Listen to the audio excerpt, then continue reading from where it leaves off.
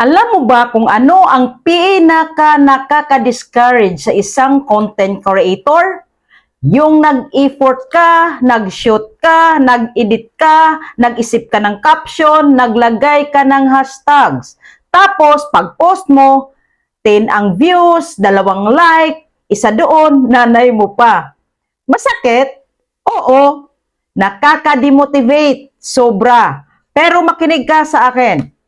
Hindi porket hindi nag-viral ang post mo, ibig sabihin wala kang value. Hindi porket walang engagement, ibig sabihin walang kwenta ang content mo. Karamihan sa mga tao, akala nila ang viral success ay overnight.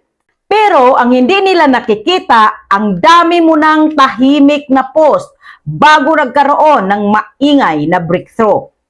Ang viral, resulta lang yan ng consistency. Hindi lahat ng panalo maingay. Minsan, ang tunay na progress tahimik. Let me tell you something. Ang algorithm, hindi ka sinusubok kung gaano ka kagaling. Sinusubok ka niya kung gaano ka katatag. Kasi ang totoo, madali mag-post kapag may likes. Madaling mag-content kapag may views. Pero ang tunay na creator, nagpo-post kahit walang nanonood. Bakit? Kasi alam niya, hindi lahat ng content para sa masa. May content na para sa tamang tao. At minsan, isa lang ang kailangan mo. Isang tamang tao, isang tamang opportunity, isang tamang share. Hindi mo kontrolado kung kailan ka mag-viral. Pero, kontrolado mo kung magpo-post ka pa bukas. At ito ang masakit na katotohanan. Maraming tumitigil bago pa dumating ang breakthrough nila. Maraming sumuko, isang post, bago sana sila mapansin. Imagine mo, kung ang paborito mong influencer ngayon, tumigil nung 100 views pa lang siya, wala ka sanang napapanood ngayon. So kung ngayon, nasa 20 views ka pa lang, nasa 50 views, nasa 100 views, congratulations! Ibig sabihin, nagsisimula ka pa lang at lahat ng malalaking creator nagsimula din sa zero.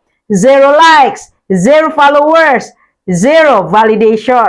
Pero hindi sila zero sa pangarap. Hindi sila zero sa paniniwala sa sarili nila. So ito ang tanong ngayon, magiging successful ka ba sa numbers o maging strategy ka sa growth? Imbes na ma-discourage, itanong mo, ano pwede kong i-improve? Hook ko ba? Thumbnail ko ba? Storytelling ko ba? Consistency ko ba? Viral is not magic. It's pattern plus timing plus persistency. At ang timing, hindi mo hawak. Pero ang persistence, ikaw ang may hawak. Kaya next time na mag-post ka at hindi agad mag-viral, huwag mo sabihin hindi para sa akin to. Sabihin mo, training pa lang ito. Every post is practice. Every upload is exposure. Every small view is seed.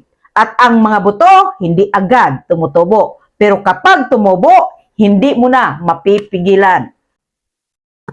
So mag-post ka ulit, mag-improve ka ulit, mag-try ka ulit. Kasi ang creator na hindi tumitigil, siya ang eventually nagiging viral. Hindi dahil swerte siya, hindi dahil mas magaling siya, kundi dahil mas matagal siya. Consistency beats talent, patience beats pressure, commitment beats comparison.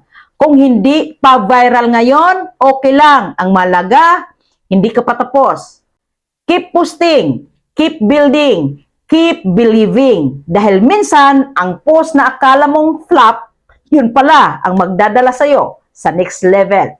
Ano, napalakas ko ba ang loob mo? Paki-comment and like, follow, and share na rin.